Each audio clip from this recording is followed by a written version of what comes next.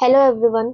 आज हम international business का यूनिट 3 इंटरनेशनल ट्रेड का last topic instruments of trade control को डिस्कस करेंगे। Trade measures.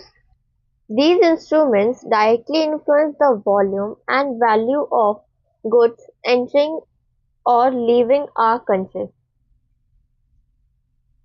इसका मतलब है ट्रेड मेजर्स उन औजारों या इंस्ट्रूमेंट को कहा जाता है जो सीधे तौर पर किसी देश में आने वाले इंपोर्ट्स और वहां से जाने वाले एक्सपोर्ट सामान की क्वांटिटी यानी कि वॉल्यूम और उनकी कीमत यानी वैल्यू पर असर डालते हैं। असल में हर देश की सरकार इन मेजर्स को इस्तेमाल इसलिए करती है ताकि वो अपने देश का व्यापार यानी कि ट्रेड को कंट्रोल कर सके। अगर सरकार चाहती है कि बाहर से सामान कम आए तो वो ऐसे नियम बनाती है जिससे सामान महंगा हो जाए या उसकी मात्रा यानी लिमिट कम हो जाए। इन मेजर्स में अक्सर टैरिफ्स यानी कि टैक्स और कोटास जैसी चीजें शामिल होती हैं जो इंटरनेशनल ट्रेड की रफ्तार और दिशा को बदल देती हैं। सिंपल वर्ड्स में ट्रेड मेजर्स का मतलब है वो रूल्स या तरीके जिन्हें सरकार ये जिससे सरकार ये तय करती है कि कितना सामान देश के अंदर जाए आएगा और कितना बाहर जाएगा और उनकी कीमत क्या होगी। ये देश के व्यापार को सीधे सही दिशा में रखने के लिए बनाई जाती हैं। 1. Tariff barriers, import duties. Governments control imports by imposing or increasing import duties tax on goods brought into the country. This makes imported goods more expensive compared to the domestic product, thereby discouraging imports and helping to reduce trade deficit.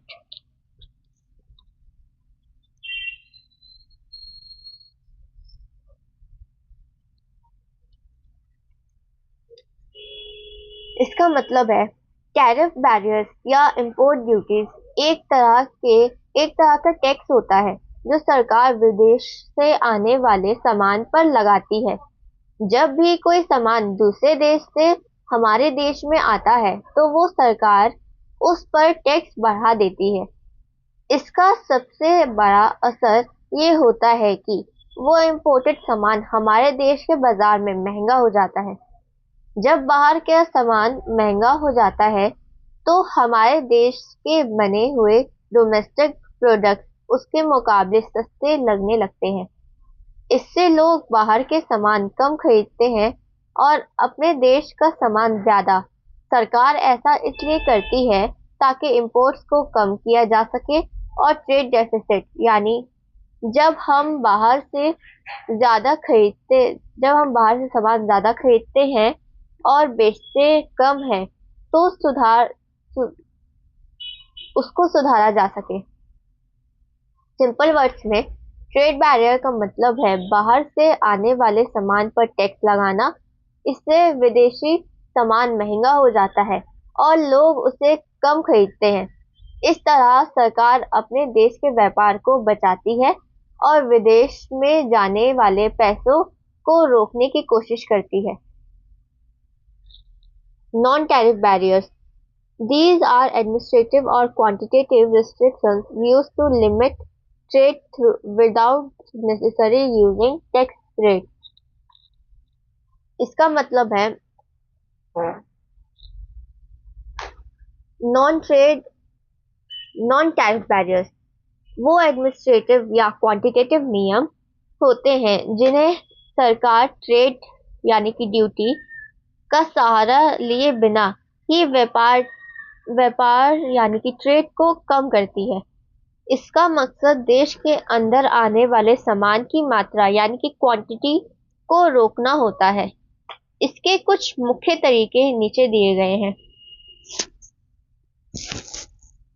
Non import import quotas. The government fixes a specific limit on the quantity of goods that can be imported during a certain period. इसका मतलब है इसमें सरकार एक तय limit यानी Kota fix करती है। एक खास समय में किसी सामान की कितनी क्वांटिटी देश में आ सकती है। मान लीजिए सरकार ने लिमिट लगा दी कि साल भर में सिर्फ 1000 टन ही बाहर से चीनी आएगी, तो उससे ज्यादा सामान नहीं मंगवाया जा सकता। Import licensing. Importers may be required to obtain prior permission or licenses from the government or central bank to import specific goods.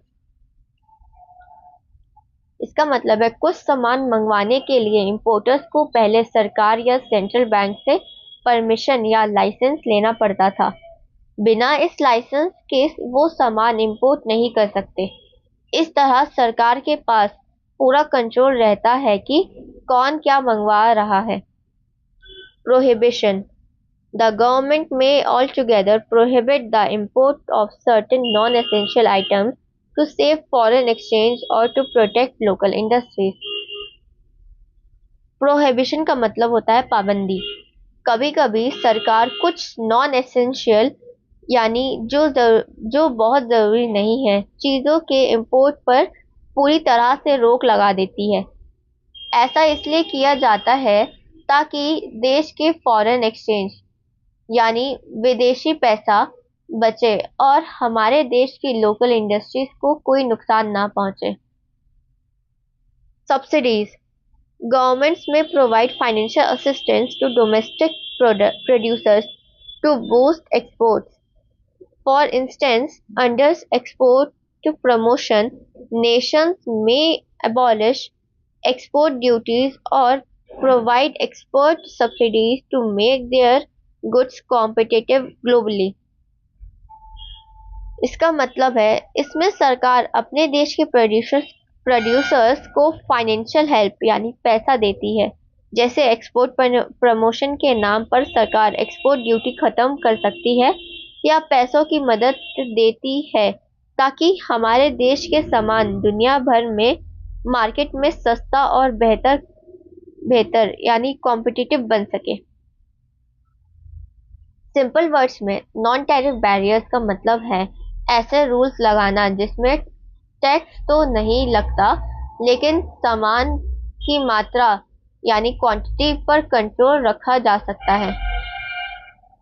जैसे लाइसेंस मांगना, सामान की लिमिट फिक्स करना या कुछ चीज़ों पर बिल्कुल रोक लगा देना। साथ ही सरकार अपने देश के बिजनेस को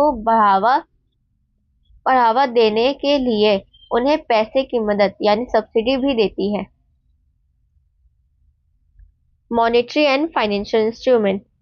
These measures regulate the value of currency and the flow of foreign exchange to control trade. इसका मतलब है मॉनेटरी और फाइनेंशियल इंस्ट्रूमेंट वो नियम होते हैं जो देश की करेंसी की वैल्यू और फॉरेन एक्सचेंज यानी विदेशी पैसे के फ्लो को रेगुलेट करते हैं। इसका मुख्य उद्देश्य ट्रेड को कंट्रोल में रखना होता है ताकि देश की आर्थिक व्यवस्था यानी इकोनॉमी पर बुरा असर ना पड़े। इसके अंदर एक बहुत ज़रूरी तरीका आता है। सबसे पहला है exchange control. Under this method, the government or the central bank exercises complete control over the country's foreign exchange reserves and earnings.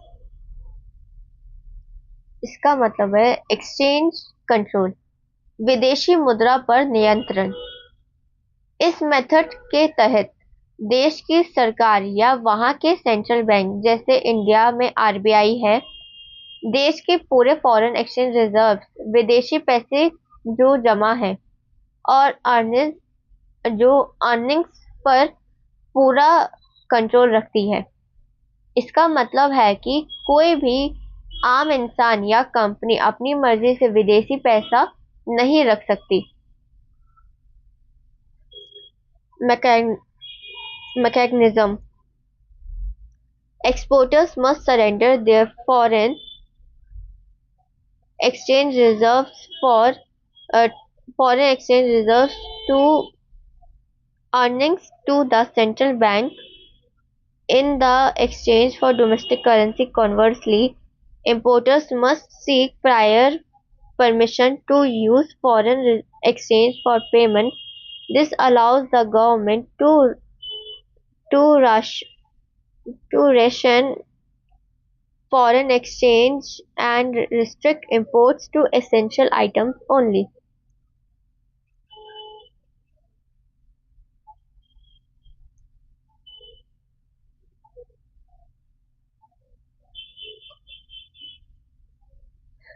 इसका मतलब है मैकेनिज्म, काम करने का तरीका।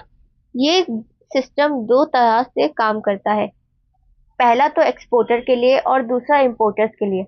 एक्सपोर्टर्स के लिए, जब हमारे देश का कोई एक्सपोर्टर बाहर सामान बेचता है और उसे विदेशी पैसा जैसे डॉलर्स मिलता है, तो उसे वो सारा पैसा सेंट्रल बैंक को देना पड़ता है। बदले में बैंक उसे उसके देश की करेंसी जैसे रुपीस देती है। इंपोर्टर्स के लिए दूसरी तरफ, अगर किसी को बाहर से सामान मंगवाना है तो उसे पेमेंट करने के लिए पहले सरकार से परमिशन लेनी पड़ती है। इससे फायदा ये होता है कि सरकार के पैसे विदेशी पैसा यानी राशन करना हिसाब से बनाते हैं बनाने की ताकत आती है।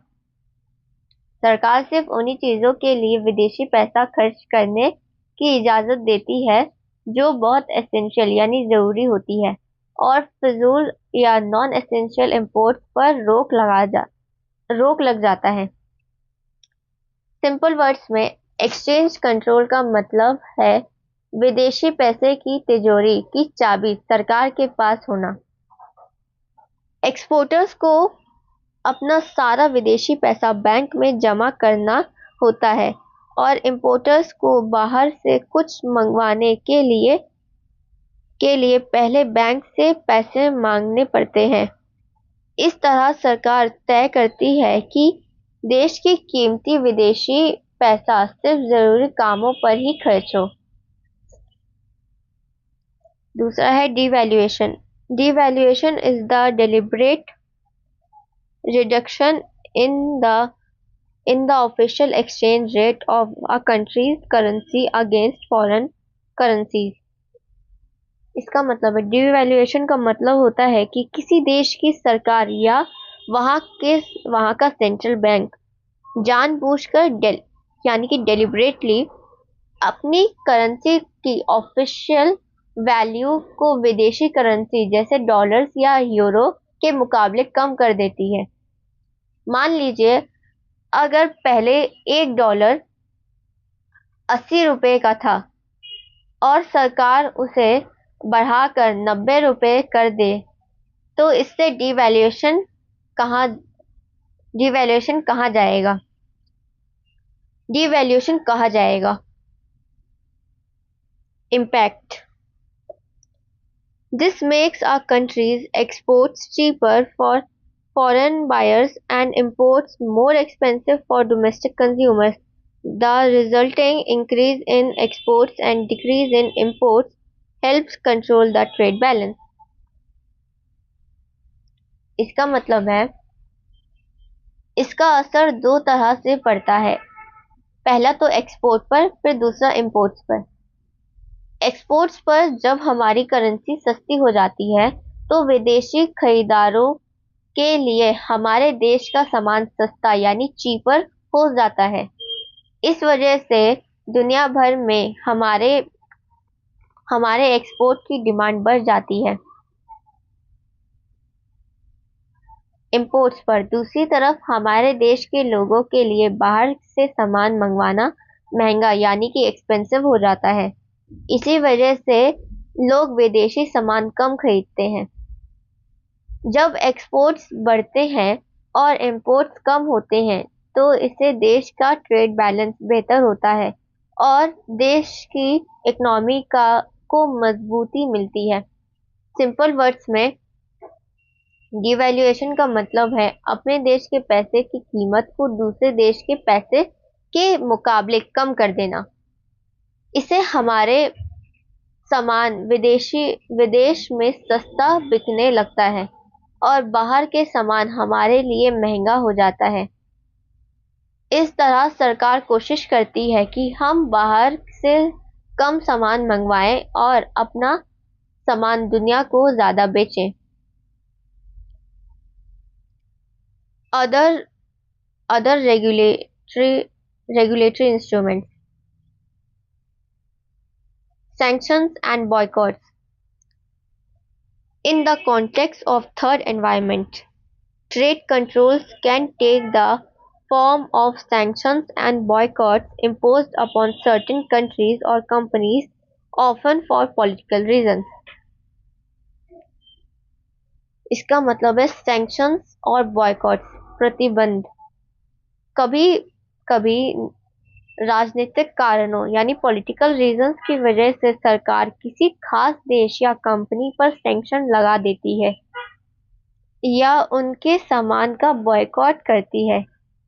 इसका मतलब है कि उस देश इसका मतलब है कि उस देश के व्यापार करने पर पूरी तरह या कुछ हद तक रोक लगा दी जाती है।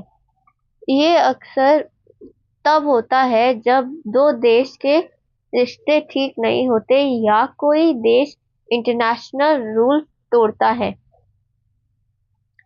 Regulatory standards, government shape local demands and trade flows through regulatory standards, consumer protection laws and government purchasing policies.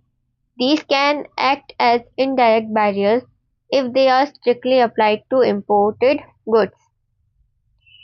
इसका मतलब है रेगुलेटरी स्टैंडर्ड्स, सरकारी मानक। सरकार अपने देश के लोगों की सुरक्षा के लिए कुछ स्टैंडर्ड्स और कंज्यूमर प्रोटेक्शन लॉज बनाती है। अगर ये नियम बाहर से आने वाले सामान पर बहुत सख्ती से लागू किए जाए तो ये इनडायरेक्ट बैरियर बन जाते हैं। मान लीजिए सरकार कहे कि सिर्फ वही सामान बिकेगा जो एक खास क्वालिटी टेस्ट पर करेगा। ऐसे में जो विदेशी कंपनी वो टेस्ट पास करती है वो अपना सामान वो अपना सामान नहीं बेच पाती। Rules of origin. In regional economic integration like free trade areas, common rules of origin are established to control trade deflection and determine which goods qualify for preferential treatment. इसका मतलब है रूल्स ऑफ ओरिजिन, उत्पत्ति के नियम। जब दो या दो से ज्यादा देश मिलकर एक फ्री ट्रेड एरिया बनाते हैं तो वो रूल्स ऑफ ओरिजिन तय करते हैं। इसका मकसद ट्रेड डिफ्लेक्शन को रोकना होता है, यानी कोई तीसरा देश किसी सस्ते देश के रास्ते अपना सामान ना भेज सके। ये रूल्स बताते हैं कि किसी सामान को किस देश का